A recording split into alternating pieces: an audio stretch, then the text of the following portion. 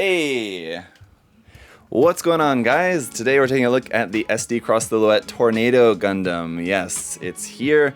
Another very obscure mobile suit to be out in the SD Cross Silhouette line, but I'm here for it. This line has been pretty fun for me, even though I'm not super huge into SD stuff in general. The SD Cross Silhouette line is really quite nice, so let's go ahead and check out the Tornado Gundam. Alright, so first off, we're seeing the Gundam in both forms here on the front, both in the SD form and the SDCS form, because we do have the inclusion of the CS frame in here, which is nice. Not all the kits in the line have that, but fortunately this is one of the kits that does include both frames in here, so you can build it up as either version if you want, which is always nice. And I gotta say, it is looking pretty cool. Again, quite a unique design here for this one. On the side, you can see this is number 18 in the SDCS line.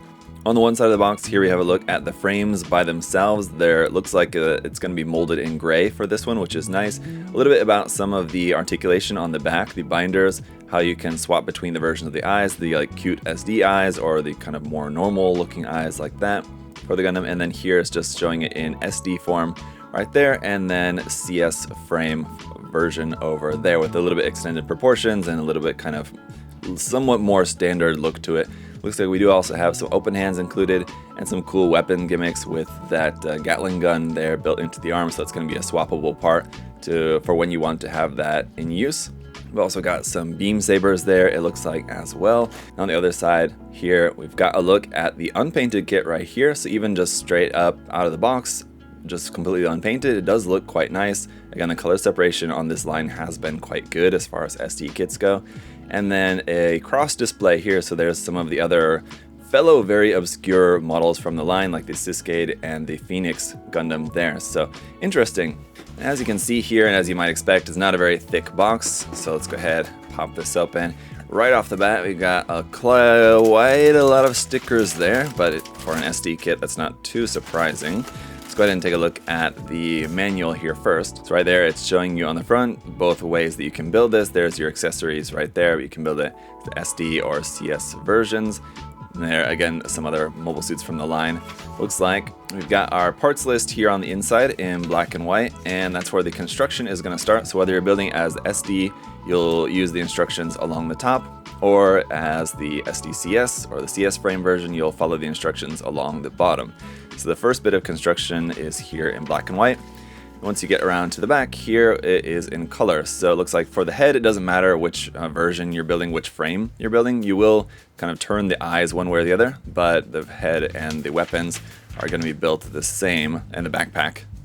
It doesn't matter which version. So all that's in color. Let's go ahead and check out these stickers here. Yeah, there is quite a few of these. Aside from just the eyes and camera stickers, there is quite a lot of color correcting stickers on here, unfortunately, but again, for an SD kit, it's not too surprising, really. Getting into our runners here, we've got SB6 for our beam saber effect parts in yellow. We've also got the SDCS hand parts, the MP runner here, which gives you open hands, holding hands, and a trigger finger holding hand, all there in gray. And the frame runners here, runner A1, which is the SD frame, and A2, which is the CS frame, are actually molded in a dark navy blue, as you can see, not the gray as it looked like on the outside of the box. So there's your frame runner parts. And runner B here is going to be some more colors. We've got some clear green, some red, some yellow, and some white parts there for around on the kit. Runners C1 and C2 are some more parts in navy, but just some regular armor parts for around on the kit, with the middle section being copied there. And lastly, runner D1 and D2, which is a copy of this little section right there, are here in gray for some weapons parts and other detail parts. And as you can see, like a couple of the parts already come off the runner here, so I just got to be careful not to lose anything. Alright guys, and here is the little guy all put together. Very cute, really cool, and I gotta say I really like this one. When it was first announced, I hesitated a little bit just because I wasn't super into the design. Number one, it just wasn't a design that I was familiar with at all. And just looking at it, I thought, okay, that's kind of weird and obscure and just kind of different, which I can appreciate, but I wasn't really that into it. But now that I've actually built it, I actually appreciate the design quite a bit more. It really is interesting. I do like the color scheme as well. The kit itself, a little bit sticker heavy, but it's really only like in certain areas. Just like with the rest of the cross silhouette line in general, the color separation on this is actually pretty good. I mean, considering that it is an SD, with almost any SD kit, you got to be going into it with the idea that, you know, you're going to at least have a little bit of painting ahead of you. But with this one, it's really nice. And obviously, as you're seeing it now, it's in its SD form. We will take a look at the cross silhouette form once we swap out the frame here in just a minute. But let's go ahead and take a look quickly at the accessories first. So first up, we do have a couple of different hand options, which is more than you could say for a lot of modern HGs. So we've got our holding hands, which we have right here. Those are going to be primarily for your beam sabers, which the beam saber handles are right here in the side skirts. We have our short clear yellow beam saber effect parts for those. And then we've also got a set of open expressive hands like this for both the left and the right side, albeit they're hollow on the inside, which is unfortunate, but it is still nice that we have those as options. And then we've also got another option here, which is a trigger finger hand, which I've got here on the beam rifle. So the beam rifle, as you can see,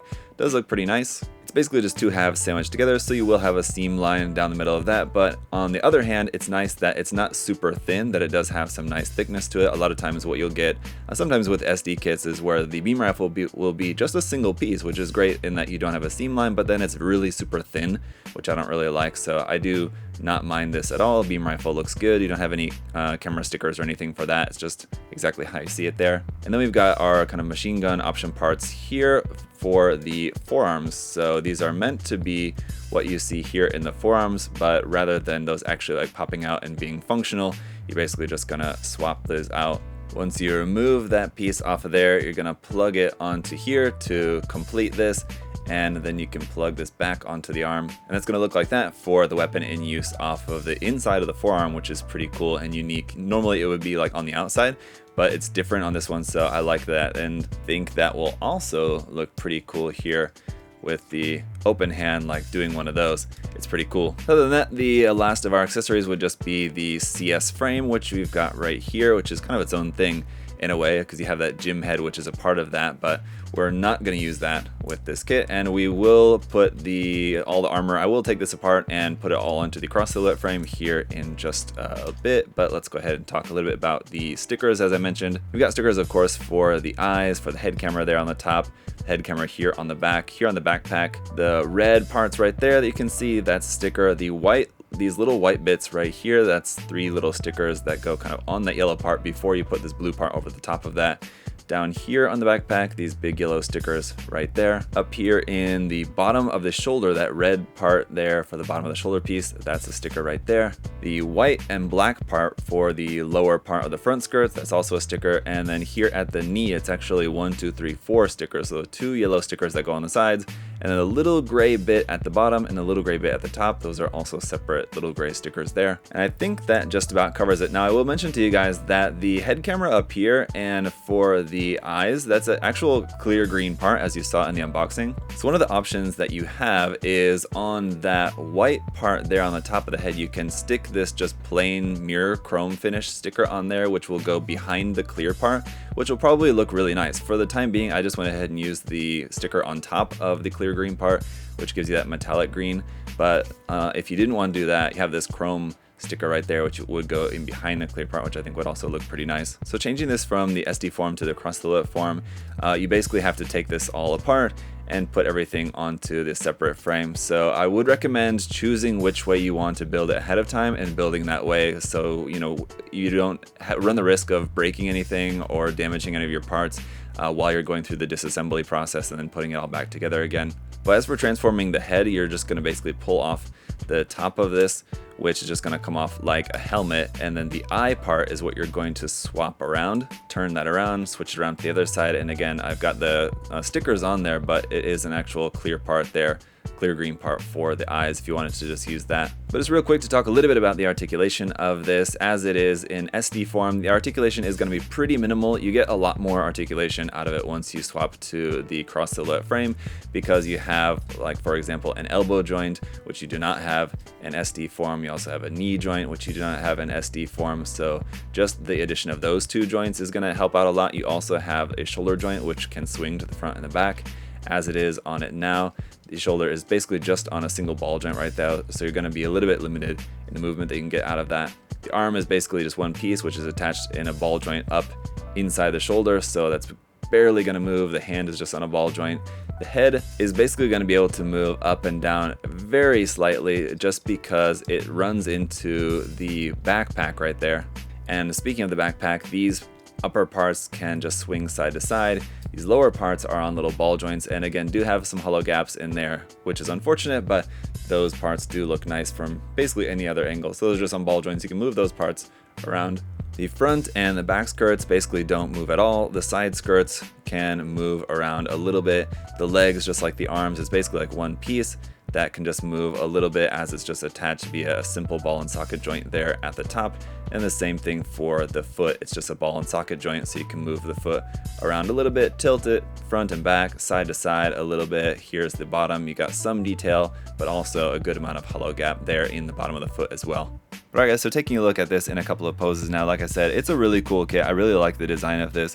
And like I said, the color separation of it is really quite good. There are a few stickers here and there, but overall nothing really too bad. It is still missing a few little color apps. Like there's a couple little bits on like the lower part of the leg that are supposed to be red. There's a couple of parts in like inside the vents in the chest and inside the vents, the yellow parts on the shoulders that are supposed to be black, inside the vents on the side of the face that are supposed to be black. But filling in those little black details is going to be pretty easy. So that's just basically something that you could do just with a Panaline pen or marker or something like that pretty easily.